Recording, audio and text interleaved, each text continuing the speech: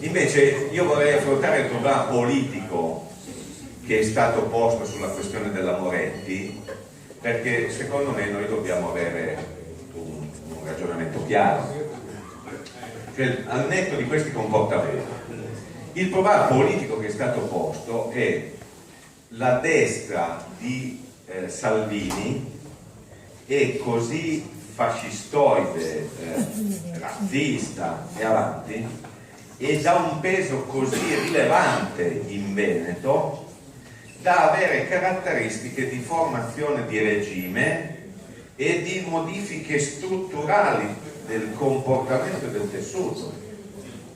E sulla base di questa riflessione è stato portato l'argomento politico della necessità di un accordo con la Moretti per sconfiggere questa destra.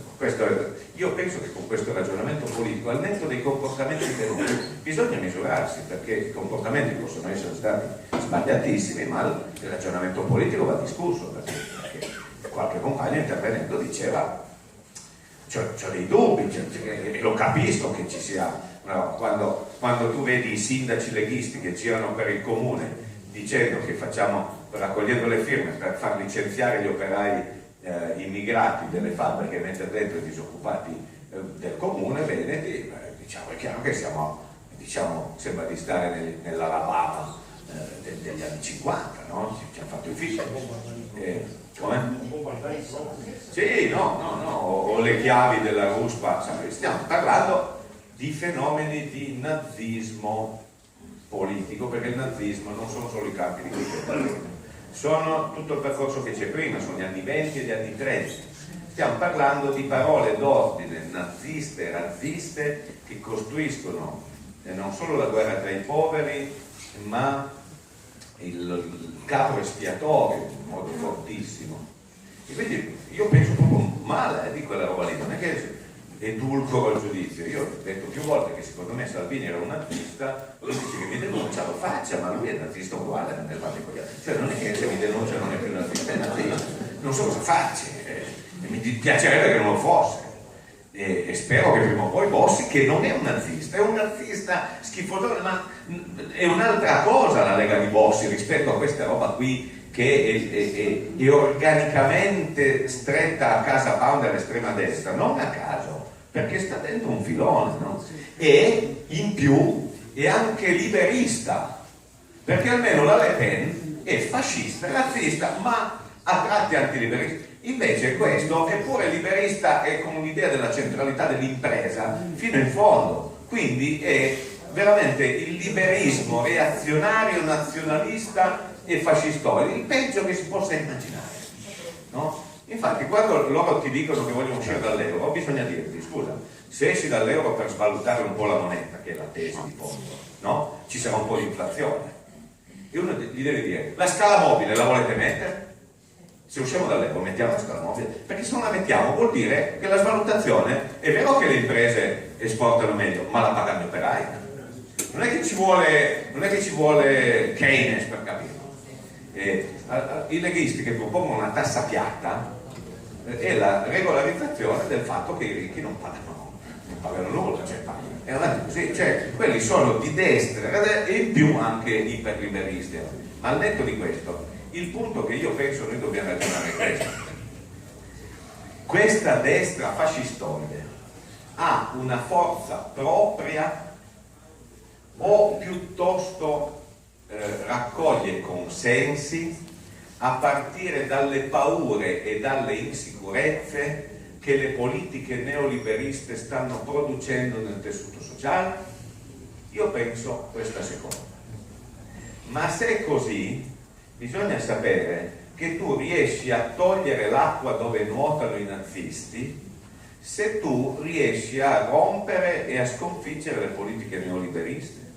Perché se continuano le politiche neoliberiste non c'è santo che tenga, più aumenta la disoccupazione, la precarietà, la distruzione dei diritti dei lavoratori, e più è facile che i lavoratori trovino delle forme diciamo chiuse di difesa di se stessi, perché è come in piemontese si dice piuttosto che niente meglio di tosto. dice piuttosto che niente meglio piuttosto, ma è così che alla fine non c'è più niente e tieni il po'. Io sono stato a Riva Trigoso della Fincantieri mercoledì, giovedì a incontrare l'RSU e i lavoratori avanti, ma è chiaro, adesso arriva a Trigoso, il governo sulla Fincantieri ci ha messo un po' di soldi e Riva Trigoso, che ha le commesse militari, c'ha un po' di soldi, cioè c'ha lavoro per 5-6 anni. Ma a voi sembra normale che tutti quei soldi finiscono tutti in aumento delle ditte esterne e non un posto di lavoro alla Fincantieri? È chiaro che su una politica di merda così, che cosa succede? Che arriva Salvini e dice: oh, è un operaio della Fincantieri, cosa deve dire la Regione Salvini? Ma è evidente, più vanno avanti le politiche neoliberiste in cui anche i soldi delle tasse degli italiani sulle commesse militari servono solo a destrutturare il lavoro della gente che sta lì, e più anche quegli operai lì che stanno a tessera fiocca, che fanno gli scioperi e tutto il resto, dicono: ma allora io penso questo, così come il nazismo vinse nel 1933 e vinse le elezioni, perché loro non hanno fatto la marcia su Berlino, hanno vinto le elezioni. E nel gennaio del 1933 Hitler le ha vinte perché il governo Brüning dal 29 in avanti ha fatto delle politiche liberiste di austerità che hanno prodotto 5 milioni di disoccupati. 5 milioni. Uguali a quelle della Merkel.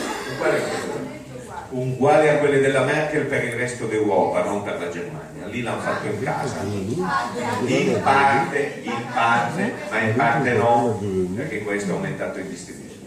Eviterei una diatriba, ma certo chi sta in punta alla divisione internazionale del lavoro non sta messo come chi fa il cameriere in Grecia, e quindi secondo me non ne sta facendo uguale. Al netto della discussione sul dettaglio, questo ha fatto 5 milioni di disoccupati e dentro la distruzione di quella roba lì è nata la forza del nazismo, nell'insicurezza. C'è una ricostruzione della memoria falsa che fa risalire il nazismo alla grande inflazione. La grande inflazione è a metà degli anni 20 e quella venne riassorbita, come sempre i fenomeni monetari, con una decisione politica degli Stati Uniti assieme al governo tedesco e la impacchettarono in 5 minuti. Da un momento all'altro non ci può più la grande inflazione. La cosa che invece produsse il disastro del nazismo non è la grande inflazione, è la disoccupazione a livelli stratosferici, che è esattamente la cosa che sta succedendo qui. Allora io penso che i compagni e le compagne che in buona fede dicono no, però bisogna battere Zaia, bisogna battere Salvini, io penso che bisogna essere al chiaro che Salvini e Zaia sono il prodotto delle politiche neoliberiste di cui Renzi è oggi l'interprete più coerente. Renzi è riuscito a fare le cose che non riuscì a fare Berlusconi, perché Berlusconi aveva un'opposizione molto più robusta e non riuscì a farlo, ma sia sul piano delle politiche sociali, Job Act, l'articolo 18, sia sul piano della Costituzione e della legge elettorale, ma sia sul piano della distruzione del welfare e delle politiche di gerarchizzazione sociale che sono il vero obiettivo delle riforme strutturali, perché la riforma della scuola non è una riforma di risparmio in primo luogo, è una riforma che distrugge il ruolo dell'insegnante come portatore di un sapere garante della collettività e trasforma l'insegnante in un cliente del preside che prende più soldi e mette l'insegnante che vuole lui nel suo istituto. Questa è l'idea di organizzazione della scuola come un'azienda, in un'azienda senza sindacato, in cui il capo fa il cazzo che gli pare e tu devi stare zitto. Non è più importante se sai insegnare oppure no, l'importante è che il preside ti nomini. Tra qualche anno ci sarà un'inchiesta sui presidi che chiedono i 1.000 euro di mazzetta per nominarti. Io sono disponibile a scommettere quello. Ma è evidente che succede quello, ma che cosa deve succedere? In una situazione con 1 milione di disoccupati, quella è un'istigazione a delinquere, la costruzione della clientela laddove non c'era, altro che diritti per tutti. Che invece fa una palude no. E allora bisogna che la Moretti perda le elezioni, lo dico proprio chiaro, che Renzi ne perda il più possibile a questo giro. Bisogna che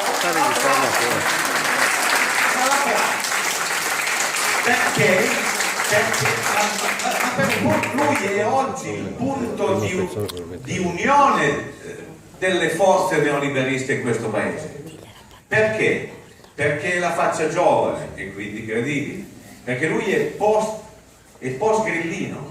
Lui usa gli argomenti di Grillo per demolire la democrazia sindacale. Lui usa dall'alto gli argomenti dell'antipolitica di Grillo, per cui i politici rubano e lui chiude il Senato. E se tra un po', se continua la cosa, chiude anche la Camera, che così costa meno, no? E qualcuno gli dirà che con Mussolini per 20 anni si sono risparmiati dei soldi perché mica si andava a votare. E cioè con quella logica che costa e quindi chiudi, sapete, ma lo stesso sul sindacato. Adesso stiamo scherzando, il meccanismo, chi sarà il giovane che si iscrive al sindacato con queste leggi? Complicato. Forse solo se al sindacato gli costruiscono un altro ruolo e gli dicono: ti lasciamo i soldi dei patronati, ti lasciamo gestire la formazione professionale anche se non produce niente di formazione, e anzi ti diamo anche la gestione del collocamento. E così i sindacati diventano un'altra roba. I sindacati diventano un'altra roba, invece che l'organizzazione della classe diventano una specie di ufficio di collocamento decentrato del capo del personale per gestire clientelarmente le assunzioni che non hanno più nessuna regola. Questa è la distruzione. Allora, in questo senso io ai compagni che pongo quel problema gli direi: guarda, la vediamo anche noi questa emergenza, ma per sconfiggere Salvini bisogna riuscire a demolire le politiche neoliberiste, perché altrimenti Salvini è destinato a crescere, e più vanno avanti l'insicurezza sociale, il senso di impotenza, perché la Lega dà in forma distorta e bastarda una risposta al senso di impotenza e di insicurezza che la gente ha per mille e una ragioni. E la traduce nella costruzione campo espiatorio, per cui dice non ci sono i soldi, è colpa dei migranti, e avanti così. Ma il punto è che la gente ha paura perché non sa più che cosa succede ai suoi figli, perché è avanti così. Allora, questo secondo me è il ragionamento di fondo. Il fronte, il CLN, lo si è fatto dopo che i regimi fascisti e nazisti avevano portato alla guerra, e c'era un fronte onestamente di tutti, dai monarchici ai comunisti agli anarchici, per sconfiggere questi e ricostruire la democrazia. Ma qui non siamo con la destra regime, noi siamo con una destra che fa leva sul malcontento, sul disagio sociale, e quindi tu devi intervenire sul disagio sociale, non puoi considerarli regime, perché loro si considerano opposizione e prendono i voti in quanto opposizione radicale a questo sistema. In più, essendo che tutti sanno che Renzi fa quelle cose che fa, se tu ti allei con Renzi, tu non è che ti vai a raccontare alla gente che sei contro la Banca Centrale Europea, come funziona, i finanzieri e tutti gli altri, e poi fai l'alleanza con Renzi, perché ti dicono: no, tu sei la foglia di fico dei banchieri e dei finanzieri per coprirli nel sedere, ma questo viene fuori. E quindi io penso che il tema dell'autonomia e di un progetto alternativo sia un punto decisivo per riuscire a sconfiggere la destra razzista, xenofoba, nazista, e la destra liberista. Le due cose vanno insieme, e non è un caso che dove Syriza vince non va avanti al Badorada e perde il Partito Popolare, no? Perdono tutte e due le destre, perdono assieme dove vince Syriza, e dove la sinistra ha più difficoltà vanno avanti sia la Le Pen che quegli altri, perché le due cose tragicamente si alimentano. E badate, rispetto, e questo lo dico se volete come autocritica dal punto di vista dell'accentuazione, io penso che noi in questi anni, parlo per Rifondazione, parlo per me, o abbiamo accentuato il tema della costruzione della sinistra di opposizione. Io penso di aver sbagliato. Noi dobbiamo accentuare il tema della sinistra di governo, cioè alla gente che sta male non è che noi gli proponiamo di fare 47 anni di opposizione, perché quelli hanno qualche problema sull'efficacia. Noi gli dobbiamo dire: guarda, c'è un governo che fa queste robe e non porta da nessuna parte, c'è Salvini e quella roba lì che è peggio, diciamo così, dalla padella alla brace. Noi ci candidiamo a costruire un'alternativa, cioè ci candidiamo a governare l'Italia, il Veneto, su una linea diversa. In questo senso io credo che il nodo è l'autonomia fortissima dal PD. Quando dico autonomia dico anche che non basta fare le critiche alle cose che fa il PD.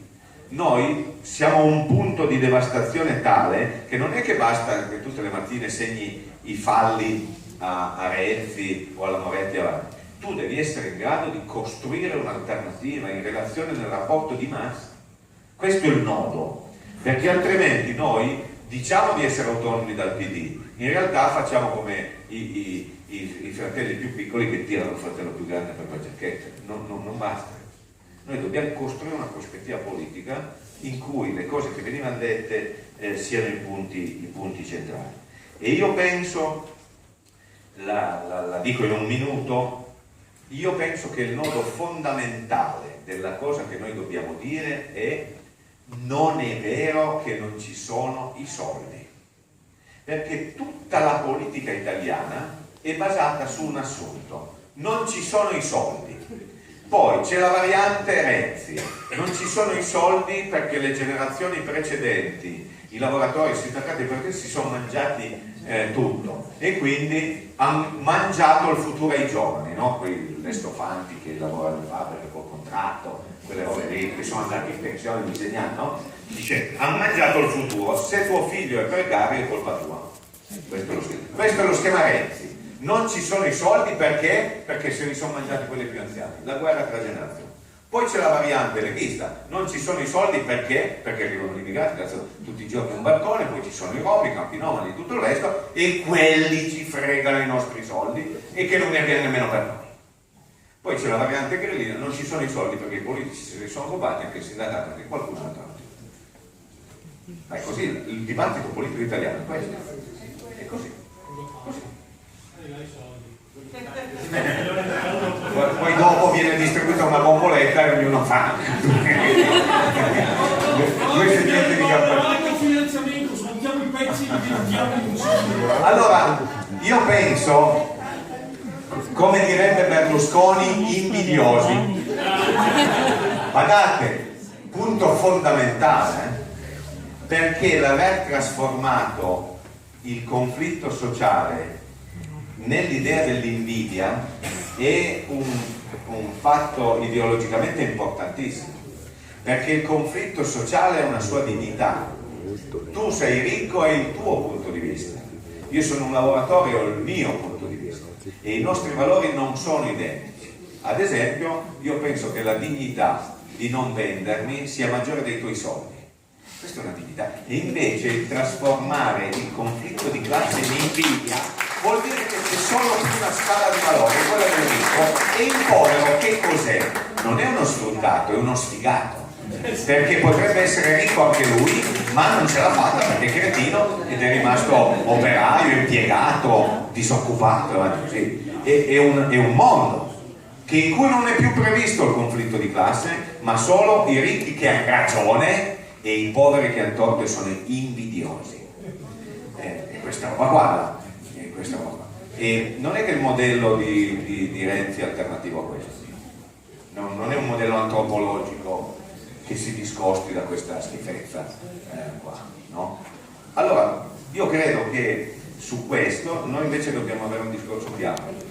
Non è vero che non ci sono i soldi li stiamo regalando da anni agli speculatori e ai ricchi attraverso gli interessi sul debito pubblico. Lo Stato italiano ha pagato migliaia e migliaia, adesso siamo credo a 2.250 miliardi di interessi da usura, cioè tutto il debito è frutto degli interessi da usura, e cosa che gli italiani non sanno, dal 1992 il bilancio dello Stato è in avanzo primario, cioè noi spendiamo di meno di quello che incassiamo, e che tutto il buco è dovuto agli interessi sul debito, che sono enormi perché paghiamo interessi da usura in virtù delle norme fatte nella separazione tra Banca d'Italia e Ministero del Tesoro. Ma questa cosa è da dire, perché gli italiani pensano sul serio che c'è il debito perché la gente è andata in pensione troppo presto, perché la sanità magari perché ci sono gli sprechi, invece tutte cose da mettere a posto laddove ci sono gli sprechi o le ruberie e tutto il resto, ma bisogna dirlo agli italiani, ai veneti, che il bilancio dello Stato italiano, fatte tutte le spese, sanità, pensioni di invalidità, asfaltatura delle strade, cassa per il mezzogiorno, ruberie, caccia bombardieri, tutto sono più basse delle entrate, e che se noi abbiamo l'anno scorso pagato 84-85 miliardi di interessi sul debito, 4% di interessi, quando la Banca Centrale Europea l'anno scorso e oggi presta i soldi allo 0,05% alle banche private, e che noi paghiamo questi interessi da bestia perché la banca centrale dà i soldi alle banche private a gratis, e poi le banche private si fottono i soldi facendo usura sul debito dello Stato. Ma questa roba qua va detta, perché se non ci sono i soldi per gli asili nido, le scuole materne, per riqualificare l'ambiente, per evitare di avere le liste d'attesa chilometriche in sanità, per cui poi e avanti, non è perché Gesù Cristo è morto di freddo, è esattamente per questo meccanismo qui. Io credo che noi dovremmo iniziare ad avere chiaro: c'è il debito pubblico enorme, è colpa degli anziani e del sindacato e dei partiti, è colpa degli immigrati, Salvini, è colpa dei politici che rubano, il debito pubblico è colpa degli speculatori, dei ricchi e dei banchieri, e io voto a sinistra. Cioè, va costruita questa narrazione,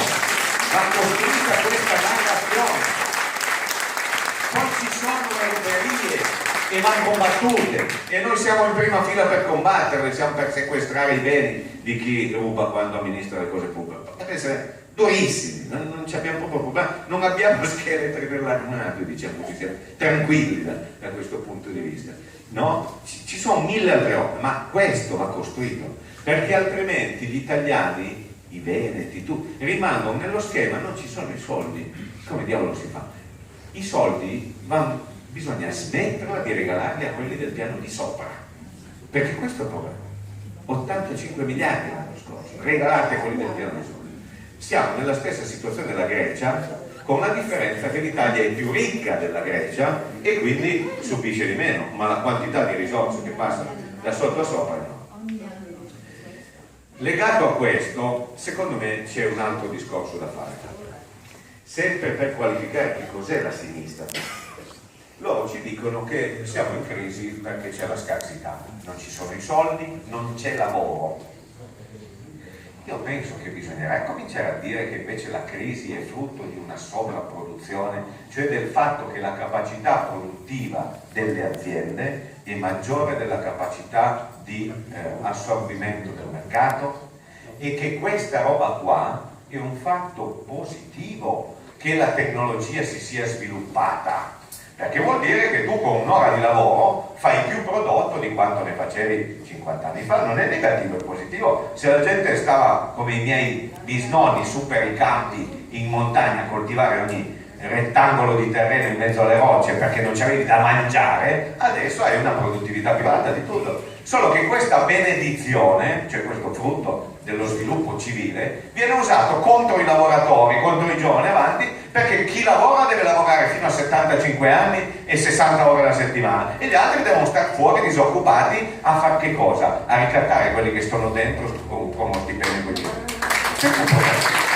Quindi non è vero che siamo dentro una scarsità, siamo dentro una ricchezza mal distribuita. Chi ha troppi soldi, i marchioni che guadagnano 31 milioni all'anno di euro, e chi non ne ha abbastanza e non arriva alla fine del mese. La crisi è frutto di questa roba qua, del fatto che la gente non cambia nemmeno più, non solo non cambia la macchina, ma come si inizia a vedere in giro, non cambia nemmeno la portiera della macchina se gliela scassa, va dal demolitore, prende la portiera del colore che c'è, la schiappa lì, inizia a rivedere le macchine colorate, non perché siano figlie dei fiori, ma perché non c'hanno i soldi per verniciare. Cioè, ma è così? Ma quanti specchietti retrovisori? Bisogna guardarle queste robe, perché se la gente ha i soldi o no, qualcuno diceva bisogna guardarli in bocca, perché chi ha i soldi li fa aggiustare, chi non li ha se li fa togliere i denti. Ma si vede da queste cose dove succede. Allora, il motivo della crisi non è la scarsità, non c'è solo la scarsità, C'è qualcuno troppo ricco, qualcuno troppo povero. C'è una distribuzione del lavoro tutta sballata per ricattare i lavoratori, e allora c'è il problema di redistribuire i soldi e di redistribuire il lavoro, di ridurre l'orario di lavoro, non di aumentare l'età per andare in pensione, di abolire la riforma Fornero, no?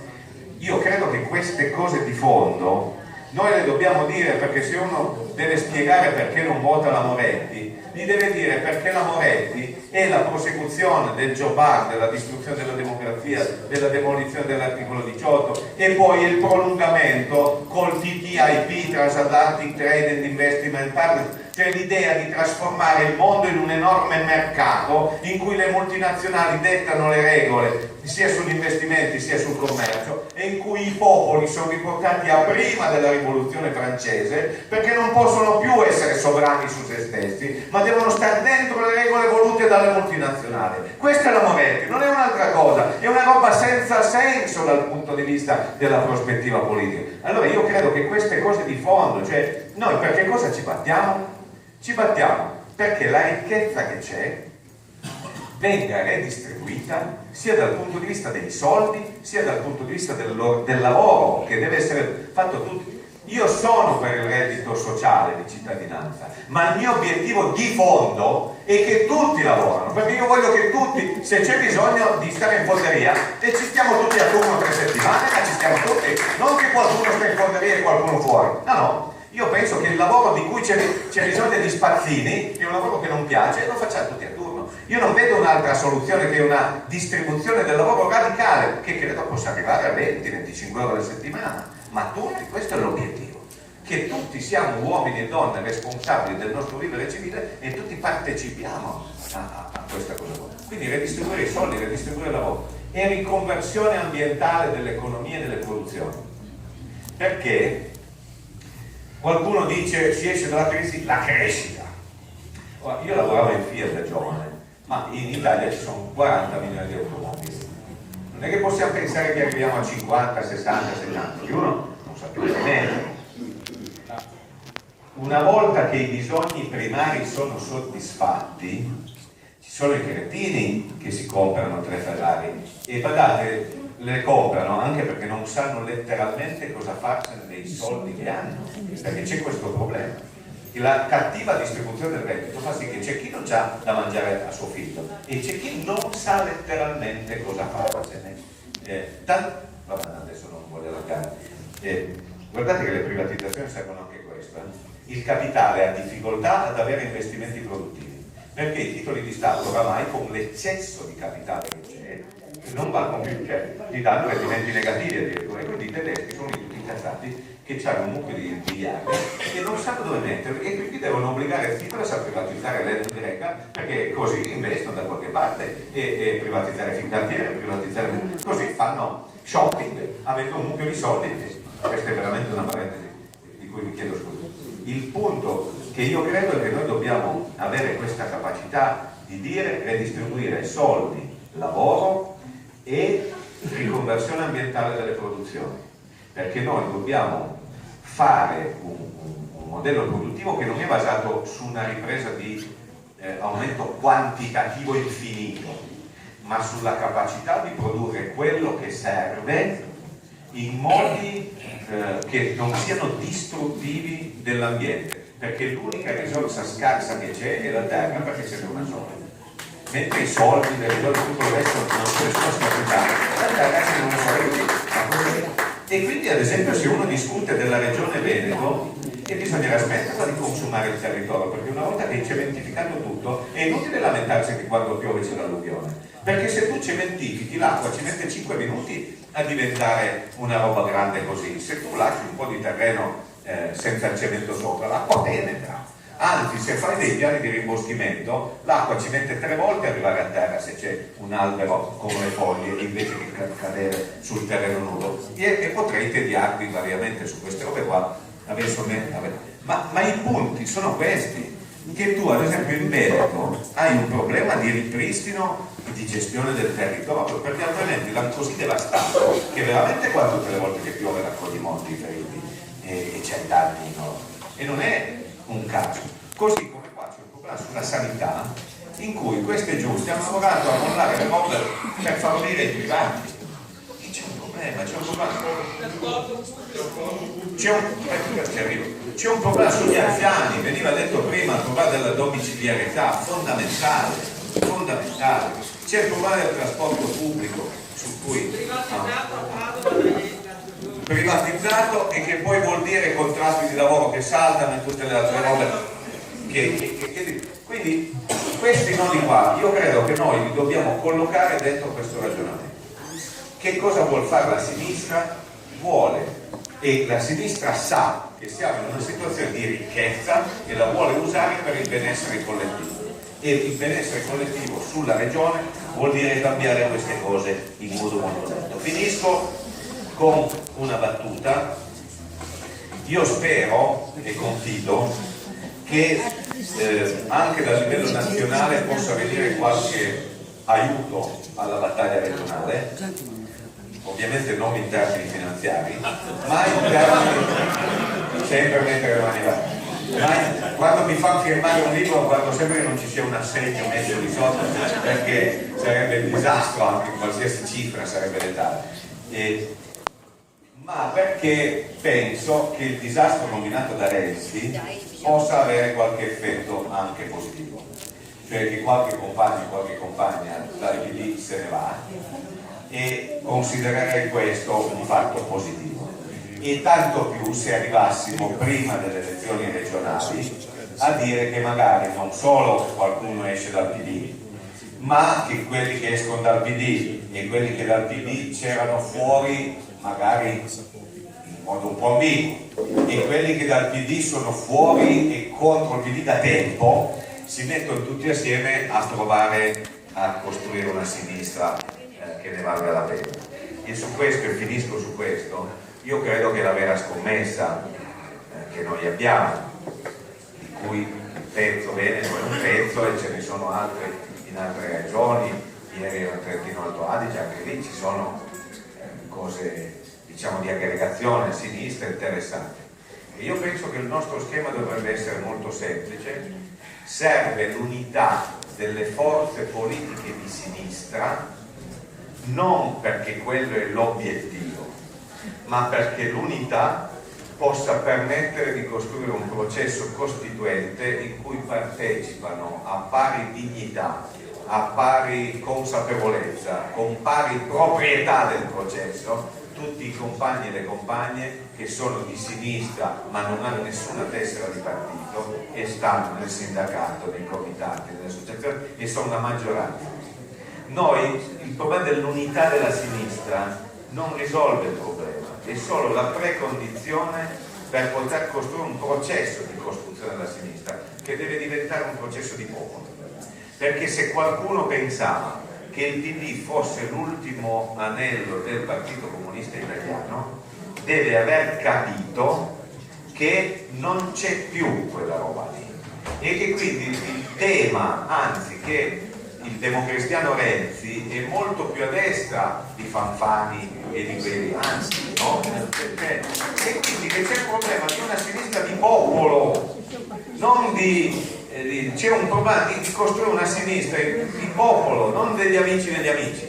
In questo io credo che chi, come tanti di noi, di voi, ha resistito gli anni in trincea come l'elmetto, e io penso che abbiamo fatto bene, rivendico tutto, ma credo che oggi è la fase in cui si può uscire dalla trincea e bisogna mettersi a provare su questa prospettiva di costruire un'alternativa alle destre renziane e alle destre salviniane, di provare a fare un discorso molto più largo.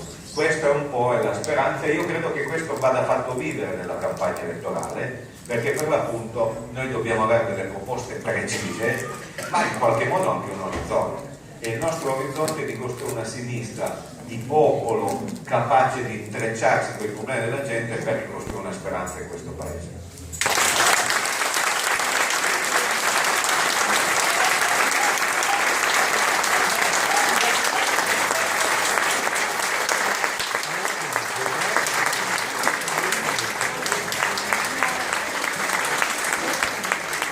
Compagni,